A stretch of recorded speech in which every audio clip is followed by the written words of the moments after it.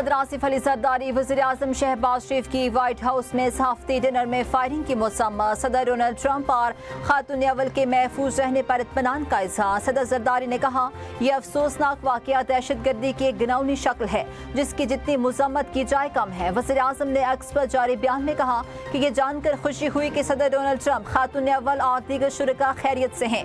میری دعائیں اور نیک تمنائیں ان کے ساتھ ہیں۔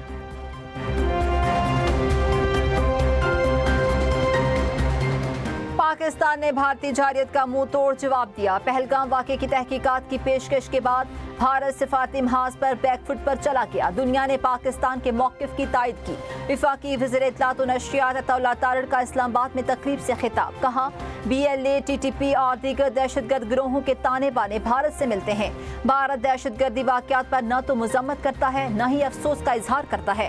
پہلگام واقعے پر بھارت کی جانب سے تحقیقات کی پیشکش کا جواب نہ دینا اس کے موقف پر سوالیہ نشان ہے۔ پاکستان دہشت گردی کے خلاف جنگ میں 90,000 سے زائد جانوں کی قربانی دے چکا ہے۔ دہشت گردی کے باعث پاکستان کو $600 ارب سے زائد کا معاشی نقصان برداشت کرنا پڑا۔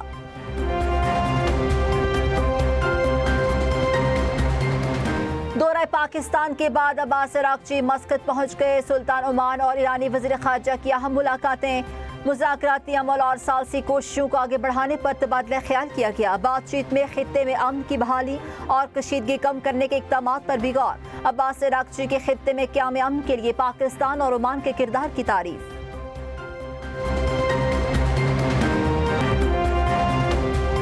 وزیر اعظم شہباز شریف کا ایرانی صدر سے ٹیلی فونک رابطہ، 50 منٹ کی گفتگو میں خطے کی صورتحال پر تبادلہ خیال۔ اسلام آباد مذاکرات میں ایرانی اعلیٰ سطح کے وفد کی شرکت کو سراہا۔ وزیر خارجہ عباس عراقچی کی قیادت میں وفد بھیجنے کے فیصلے کا خیر مقدم۔ وزیر اعظم نے ایرانی صدر کو اپنی حالیہ سفارتی سرگرمیوں سے آگاہ کیا، کہا مختلف عالمی رہنماؤں سے روابط کے ذریعے خطے میں پائیدار امن کے لیے مکالمے اور سفارتکاری کی حمایت میں وسیع تر اتفاق رائے پیدا کرنے میں مدد ملی۔ وزیر اعظم کا ایران کے سپریم لیڈر آیت اللہ مجتبی خامنائی کے لیے نیک تمناؤں کا اظہار۔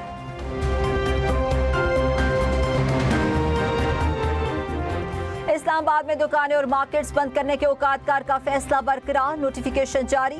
تمام دکانیں، مارکیٹس اور شاپنگ مالز رات 8 بجے بند۔ ہوٹلز، ریسٹورنٹس اور فوڈ آؤٹ لیٹس رات 10 بجے بند ہوں گے۔ میڈیکل سٹورز، ہسپتالوں اور لیبارٹریز کو استثنا۔ پیٹرول پمپس اور CNG اسٹیشنز معمول کے مطابق کھلے رہیں گے۔ تندور، بیکریز اور دودھ کی دکانیں بھی حکومتی پابندیوں سے مستثنا۔ ٹیک اوے اور ہوم ڈیلیوری سروسز پر کوئی پابندی عائد نہیں ہوگی۔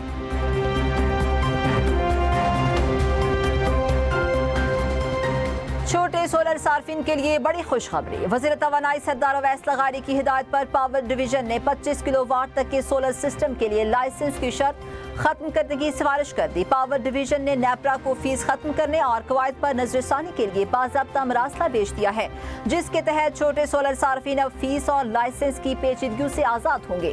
25 کلو واٹ یا اس سے کم صلاحیت کے سسٹم کے لیے 2015 کے پرانے ضوابط بحال کیے جائیں، پاور ڈویژن کا مطالبہ۔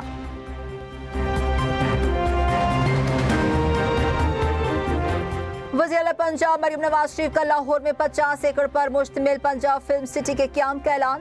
Film city Nawaz Sharif IT city میں قائم کیا جائے گا۔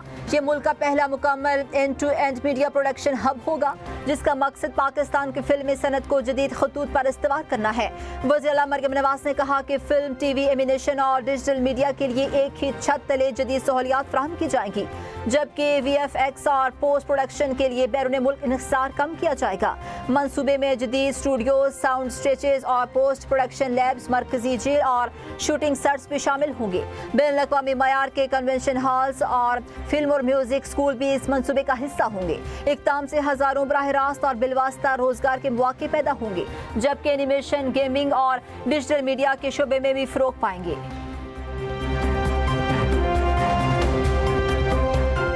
لاہور سمیت تمام بڑے شہروں میں لین اور لائن کی پابندی یقینی بنانے کا ہدف مقرر۔ ٹریفک پولیس موبائل گاڑیوں پر لگے کیمروں سے لین اور لائن کی پابندی کی مانیٹرنگ کرے گی۔ زگ زیگ میں چلانے پر موٹر سائیکل تھانے میں 3 دن بند رہے گی۔